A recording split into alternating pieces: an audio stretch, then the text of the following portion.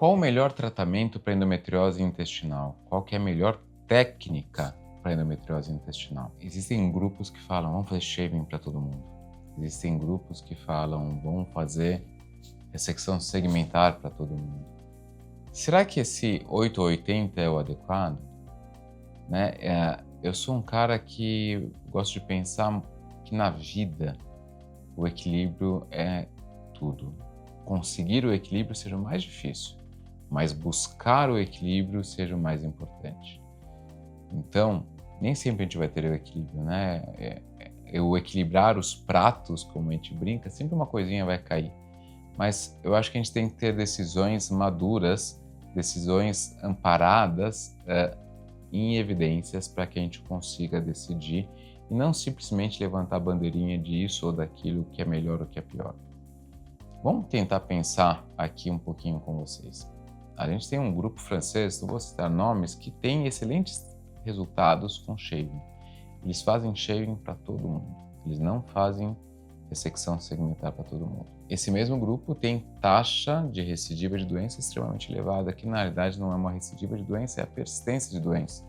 Porque se você simplesmente tirou o shaving, tirou a camada superficial, a endometriose que só vai até a serose, ou no máximo até a muscular externa do intestino, e aquela paciente tinha uma endometriose que ia mais profundamente, você deixou doença. E aquela doença remanescente pode voltar a crescer.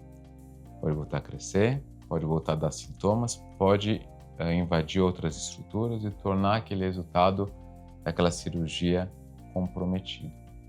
Então, mais importante do que levantar uma bandeirinha de que o shaving é melhor que o segmentar, que é melhor que o disco, que é melhor que o linear, é a gente tentar criar fluxogramas de condutas como já foram criados. Existe um fluxograma de conduta que fala muito bem sobre exatamente isso, sobre camada acometida, sobre extensão da doença, sobre múltiplas doenças intestinais. Então, a gente tem que pensar naquilo que vai trazer melhor resultado e menor complicação. Quando estaria indicado o shaving? Quando eu tiver um acometimento superficial do intestino. Se aquela endometriose estiver indo até a muscular externa, eu consigo soltar o nódulo sem abrir o intestino, rafio o intestino eventualmente para reforçar aquela parede intestinal e eu tenho uma segurança de ressecção completa da lesão. Eu não deixei doença remanescente lá dentro. Agora, eu preciso fazer segmentar em todo mundo? Não. O shaving já é uma prova de que a ressecção segmentar não é para todo mundo. Quando que eu vou fazer a ressecção segmentar? Doença maior do que 3 centímetros, acometimento profundo ou em múltiplas localidades do intestino. Dessa maneira, com um segmento, eu deixo somente uma linha de anastomose no intestino. Se eu fizer várias ressecções, eu deixo várias linhas de anastomose, eu aumento o risco de complicações. Aumento o risco de fístula, de vazamento, de leakage. Então, eu tenho que fazer uma decisão embasada. Ah, Patrick, poxa, mas eram 2 lesões, uma de 3 e uma de 2, você não poderia ter feito 2 grampeamentos circulares? Eu teria dobrado o meu índice de complicações, porque eu estaria dobrando as minhas incisões, dobrando as minhas anastomoses. Então, com isso, eu dobro o risco de complicação.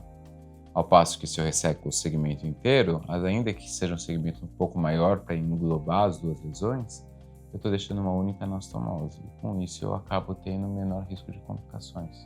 Então, eu penso, tenho lesões até a serosa ou muscular externa, shaving.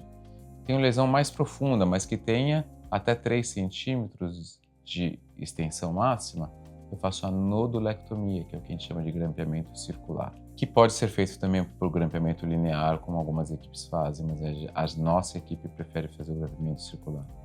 Se essa paciente tem uma doença múltipla no intestino ou uma doença única e maior do que 3 centímetros, a gente pensa na ressecção segmentar. A gente sempre vai tentar fazer a cirurgia menos invasiva possível para aquela paciente, mas uma cirurgia menos invasiva que consiga ser agressiva com a doença e conservadora com a função do órgão, com o menor risco de complicação possível. Então, acho que é isso que a gente tem que ter em mente, tá bom? Não existe o melhor ou o pior. Existem diversas técnicas e a gente vai tentar ver qual que é a melhor para aquela paciente, para o seu caso em especial, certo? Se identificou? Você também foi submetido à cirurgia intestinal?